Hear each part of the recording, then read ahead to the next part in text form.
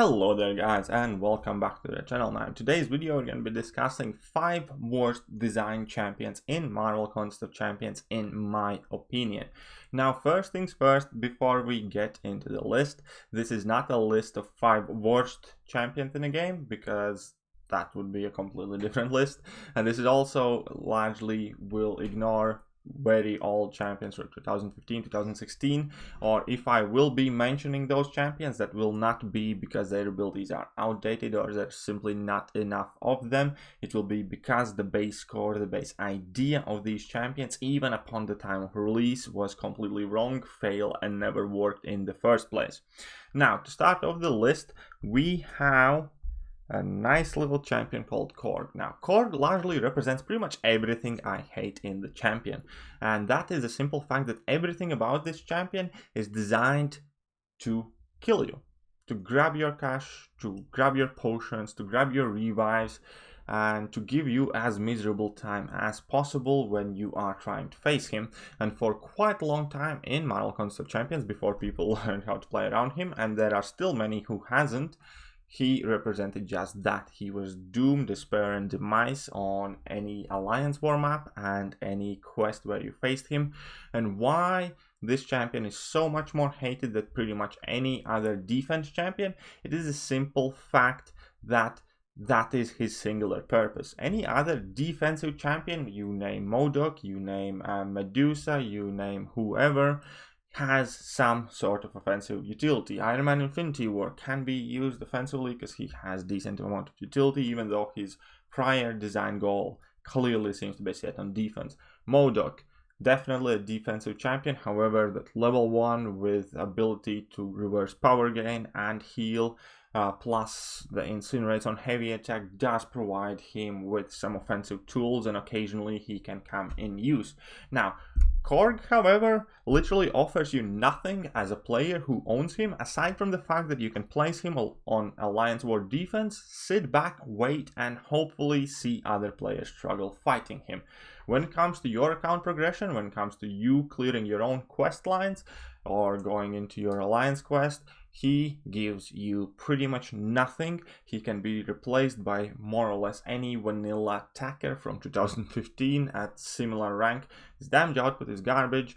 He has no offensive utility, or close to no offensive utility, and even if he did, he hits so weak that nobody would even think of using him. That is quite evident when you see any kind of like videos, quests, YouTubers, or whoever clearing content. Even if they have him at rank 5, he never gets play. And that's pretty much that. So yeah, there we go. I think whoever created this champion should take a long hard look at themselves and feel bad, because they did a bad job. They did a disservice to players. They made me personally pretty much abandon and hate Thor Ragnarok movie, because I cannot look at this a-hole anymore. I just want to slap him out of the screen every time he appears, even though when he initially was in the movie, I absolutely loved him. He was funny, he was hilarious, he was one of the best things about the movie, and now it's completely ruined. Hate this guy. There is nothing about him to like, everything to hate. And now we're gonna move on to another skilled champion, and that champion is going to be Black Panther Civil War.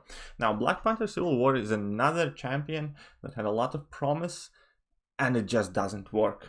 The whole idea at the time when it came out was quite interesting. Whenever you faced off against this guy, initially he was even a quite good Alliance War defender, because you were used to parrying him, and you often ended up parrying him by accident, therefore you get stunned. And when you hit him a lot, if he caught you with a tricky level 1 or something else, you just immediately took this whole chunk of damage. And then also initially it kind of created that misleading impression for the first week or two that he can hit hand. No, he can't. The entire problem here is that he does pretty much nothing unless he gets beaten half to death. And that simply does not work. The whole idea that you unlock the champion's best potential when you get smacked in the face is horrible, especially when you compare the power index of the champions that we get to use against the champions that we're typically up against. It simply does not work. The whole game base idea is the fact that in some fights you end up landing 200-300 hits, and if you get hit by a single combo, you're dead, right? Therefore, this guy pretty much never gets to use his main idea of a power ability, because you can definitely see where they got it from. They got it direct from the movie. He gets hit, he absorbs energy, and then he can release it as like a burst of power. Unfortunately, they didn't really think it through. When you get hit, you die. That's pretty much. There's nobody in the game that pretty much intentionally goes and gets hit, or yeah, it just doesn't work. It's a poor champion design, same as that Stun Reflect. Stun Reflect is again another defensive ability that pretty much never works for you when you use Black Panther Civil War, because you don't go out there to get intentionally stunned.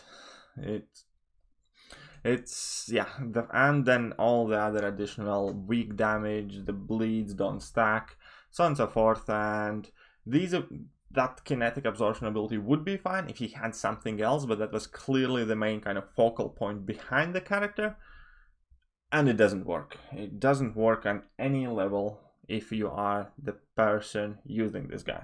So yeah, I think he's a bad champion design who was a fairly big disappointment from get-go. And now we are going to move to spot number 3, and spot number 3 is occupied by a tech champion this time, and that will be Red Skull. Now, Red Skull was actually a fairly hyped champion when he first appeared. Why not? He's a great comic villain. He was wielding an Infinity Stone, and we expected great things from him. And on paper, initially, when even I read the abilities, I was kind of intrigued. I wasn't sure that he's going to be amazing or not, but the idea of being able to power drain opponent, taking a hit in the block, did seem quite interesting. And then, however, when it actually came time to using this champion, it just did not seem practical at all whatsoever, because in typical fight, you will block more often than you will fill your power bars. And that simply means that if you want to play this guy as everyday average Joe champion, you will quickly end up with pretty much no armor stacks, and his abilities will become worthless. Now, again, you can kind of see where they were going with the ability, and it just doesn't work. It's not practical. The numbers aren't there for it to be worth trying to play this dangerous game of like intercepts or whatnot, and it's just too slow because you don't get to fill your power bars all that often. However, if you take a parry, that's automatically 1 armor up off. If you miss a parry and end up taking 2-3 hits in your block, and then yeah, it's bad. Like, there's not much I can say about it. Idea of it might have been fairly interesting. Execution is complete fail. Like, he's nobody's favorite champion. Somebody uses him, it's probably because they pulled him as a 6-star and they might as well while they're new in the game or something like that. He has no real use in the game. Unfortunately, he even sucks as a defender because Corvus is a champion, and one parry, all armor ups are gone, and he's done. And even without Corvus, there will be plenty of ways around him, and yeah, he's just bad by design, bad by numbers, bad by pretty much everything. There's not much to like about this guy. And now we're going to move on to a really bizarre champion, and that is going to be Katie Candy's best alcoholic friend, called Diablo. Now with Diablo, you could kind of put him in 2 different lists, where he was bad from inception, the whole ability design is bad, or you can put him in the list where he was destroyed by the numbers, because only way his ability set would make any sort of sense is if he would perform at least 3 times better than he does right now. Now, his abilities on the potions and the way you activate them, first of all, it's fairly complicated, and that is a problem in Marvel Construct Champions, because complicated things are only worth learning if there is a great reward for it. However, this champion is complicated and medicore. He's not awful. He's not the worst champion in the game. He can actually produce some decent punch. but it's really not easy thing to do and does take quite big of a learning curve. Now, additionally, once you do learn how to do all that and how to use Diablo, you have the second problem of your potions running out, or you having to dedicate your entire synergy team for him, which is bad.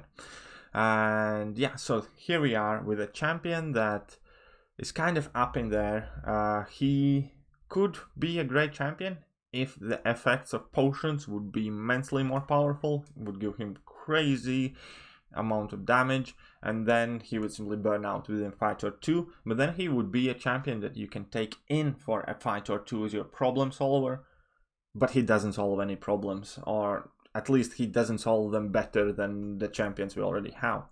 And the fact that his ability set is complicated, Medicore, and he runs out of juice just basically means that he's destined for failure, and nobody's ever going to seriously invest in this character, learn this character, because it's not worth it. Even if you do happen to have him, even if you do happen to learn how to play him, there will always be better options.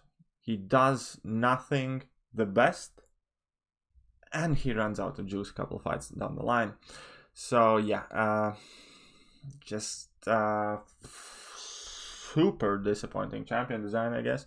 And yeah, it's either design that's completely wrong and completely abandoned the persistent charge mechanic with potions being able to run out and makes them infinite, or if you want to have kind of like ending supply of these potions and make more realistic, just increase his abilities by a lot and amp them up a lot more to make it worth using him and learning him, I suppose.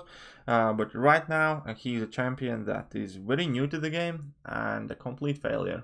Look, he's even, I think he's ashamed of himself. And yeah, whoever created him, well, I hope he still has a job, I suppose.